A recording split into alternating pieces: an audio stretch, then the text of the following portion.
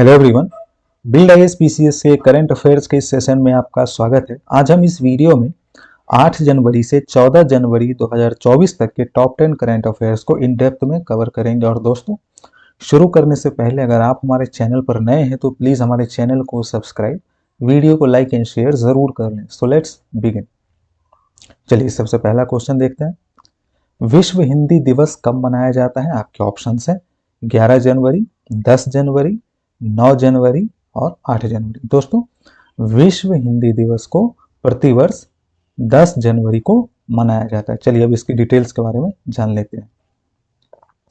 प्रत्येक वर्ष 10 जनवरी को विश्व हिंदी दिवस यानी कि वर्ल्ड हिंदी डे के रूप में 10 जनवरी को मनाया जाता है। इसका उद्देश्य विश्व भर में लोगों में हिंदी भाषा के बारे में जागरूकता फैलाना है तथा हिंदी को एक अंतर्राष्ट्रीय भाषा के रूप में प्रस्तुत करना है।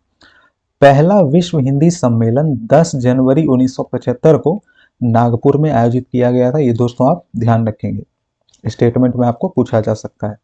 इस सम्मेलन की स्मृति में भारत सरकार ने 2006 से 10 जनवरी को विश्व हिंदी दिवस के रूप में मनाने का निर्णय लिया था।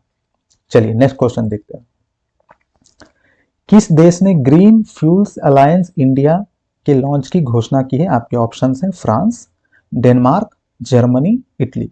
दोस्तों, अभी हाल ही में डेनमार्क ने ग्रीन फ्यूल्स अलायंस इंडिया के लॉन्च की घोषणा की है। चलिए अभी इसकी डिटेल्स के बारे में जानते हैं। डेनमार्क ने ग्रीन फ्यूल्स अलायंस के लॉन्च की घोषणा की है। इसका उद्देश्य स्थायी ऊर्जा समाधान क्षेत्र में डेनमार्क और भारत के बीच सहयोग को आगे बढ़ाना है। यह गठबंधन तब हुआ जब भारत 2070 तक शुद्ध शून्य उत्सर्जन का लक्ष्य रखा है।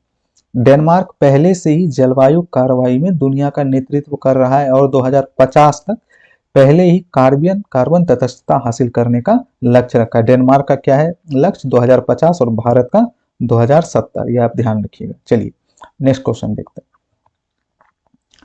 किसने पर्यावरण अनुकूल पहलों और परियोजनाओं के लिए धन जुटाने हेतु एक योजना शुरू की है? आपके ऑप्शंस हैं आरबीआई, एसबीआई, आईसीआईसीआई और पीएनबी। दोस्तों, अभी हाल ही में एसबीआई ने पर्यावरण अनुकूल पहलों और परियोजनाओं के लिए धन जुटाने हेतु एक योजना की शुरुआत की है।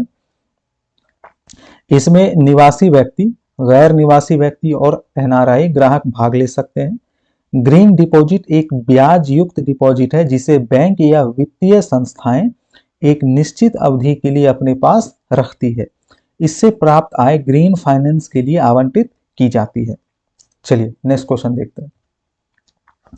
निम्नलिखित में से किन्होंने बाल हत्या प्रतिबंधक गृह यानी कि शिशु हत्या निवारण गृह की स्थापना की थी? आपके ऑप्शंस हैं अहिल्याबाई होलकर, पंडिता रामाबाई, ताराबाई शिंदे, सावित्रीबाई फुले।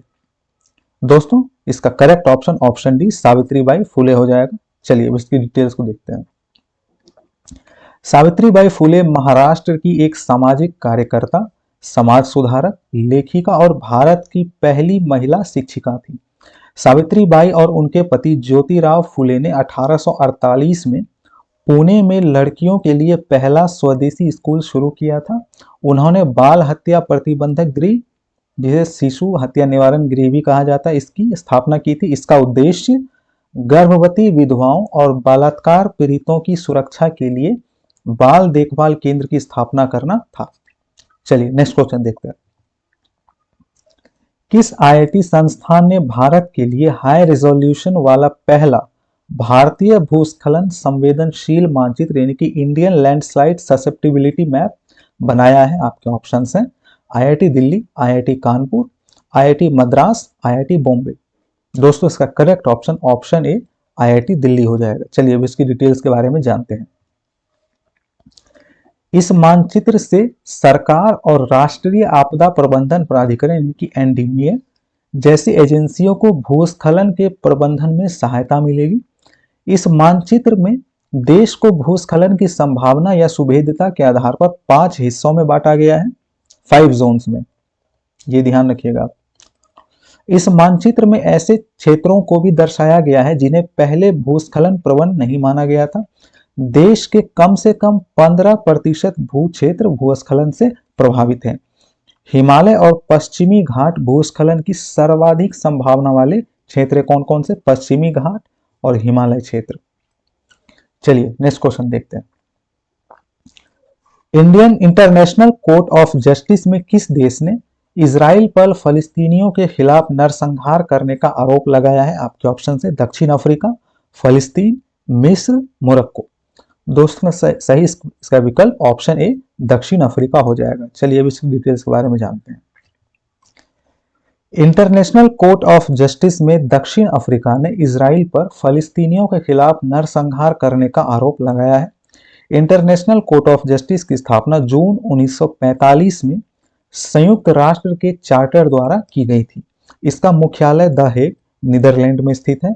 यह संयुक्त राष्ट्र का एकमात्र ऐसा प्रमुख अंग है जिसका मुख्यालय न्यूयॉर्क में नहीं है। यह निकाय अंतर्राष्ट्रीय विधि के अनुसार कानूनी विवादों का निपटारा करता है और सलाह प्रदान करता है। इसमें 15 न्यायाधीश शामिल होते हैं। चलिए नेक्स्ट क्वेश्चन देखते हैं। किस देश ने हाल ही में नासा के लूनर गेटवे स्टेशन में अपनी भागीदारी की घोषणा की है? आपके ऑप्शंस हैं चीन, फ्रांस, भारत, यूएई। दोस्तों इसका सही विकल्प ऑप्शन डी यूएई हो जाएगा। चलिए अब इसकी डिटेल्स के बारे में जानते हैं। यूएई ने नासा के लूनर गेटवे स्टेशन में अपनी भागीदारी की घोषणा की है। लूनर गेटवे स्टेशन को वर्ष 2025 तक लॉन्च किया जाएगा। लूनर गेटवे स्टेशन के अन्य भागीदार यूएसए, जापान, कनाडा और यूरोपियन यूनियन है। लूनर गेटवे स्टेशन चंद्रमा की परिक्रमा करने वाला पहला मानव युक्त अंतरिक्ष स्टेशन होगा। आर्टेमिस मिशन के तहत नासा चंद्रमा पर पहली महिला और पहले अश्वेत व्यक्ति को चंद्र सतह पर उतारेगा। चलिए अब नेक्स्ट क्वेश्चन को देखते हैं। सक्कारा जो हाल ही में समाचारों में देखा गया निम्नलिखित में से किस देश में स्थित है? आपके ऑप्शन हैं इजराइल, सऊदी अरब, कजाकिस्तान, मिस्र। दोस्तों इसका सही विकल्प ऑप्शन डी मिस्र हो जाएगा। चलिए अब इसकी डिटेल्स को देख लेते हैं कि ये क्यों चर्चा में है। मिस्र में पुरातत्वविदों ने हाल ही में सक्कारा में ममी, मुखौटे और मौन के देवता की मूर्ति वाली कब्रों का पता लगाया है। सक्कारा प्राचीन मिस्र के शहर का हिस्सा है। यह मिस्र का सबसे बड़ा पुरातात्विक स्थल है। सक्कारा को स्टेप पिरामिड के लिए जाना जाता है जो मिस्र के 97 पिरामिडों में सबसे पुराना है। सक्कारा कहाँ स्थित है? मिस्र में। चलिए नेक्स्ट क्वेश्चन को देखते हैं। भारत स्टेज यानी बीएस उत्सर्जन मानक और भारत में उनके कार्यान्वयन की समय सीमा कौन निर्धारित करता है? आपके ऑप्शंस हैं सड़क परिवहन और राजमार्ग मंत्रालय, केंद्रीय प्रदूषण नियंत्रण बोर्ड, पेट्रोलियम एवं प्राकृतिक गैस मंत्रालय, राष्ट्रीय हरित न्यायाधिकरण। दोस्तों इसका सही विकल्प option B central pollution control board यानी कि सेंट्रल प्रदूषण नियंत्रण बोर्ड हो जाएगा। चलिए अब इसकी डिटेल्स को देख लेते हैं।